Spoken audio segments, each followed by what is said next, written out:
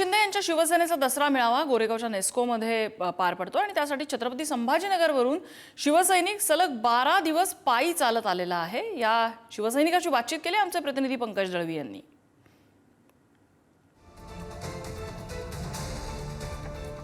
एकनाथ शिंदे यांच्या शिवसेनेचा दसरा मेळाव्यात वेगवेगळी लोक हा एक महत्त्वाचा विषय असतो। वेगवेगळ्या रूपात वेगवेगळ्या अनुभव घेऊन येणारी लोक हा एक महत्त्वाचा विषय। आपल्यासोबत एक व्यक्ती आहे जी छत्रपती संभाजीनगरवरून 12 दिवस चालत गोरेगावला आलेले आहेत। काय सांगाल, किती दिवस तुम्ही 12 दिवस जवळ चालत आलात संभाजीनगरवरून? एकनाथ शिंदेंनी सांगितलं होतं की तुम्ही येऊ नये, बांधावरती मदत करावी, तुम्ही शेतकरी आहात तरी तुम्ही का आलात? आम्ही शेतकरी आहे, पण आम्ही साहेबांसाठी समजा विचाराचं सोनं लुटण्यासाठी आलेलो आहे।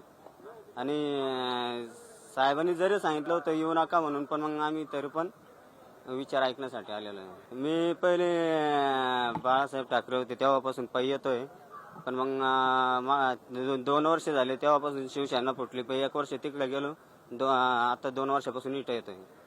तर दसरा मेळावा मग तो उद्धव ठाकरेंचा असो किंवा एकनाथ शिंदेंचा, वेगवेगळ्या तऱ्हेची लोक आणि त्यांच्या वेगवेगळ्या तरा हा एक महत्त्वाचा विषय आणि या सगळ्या मेळाव्यातला एक महत्त्वाचा केंद्रबिंदू असतो असं आपण म्हणू शकतो।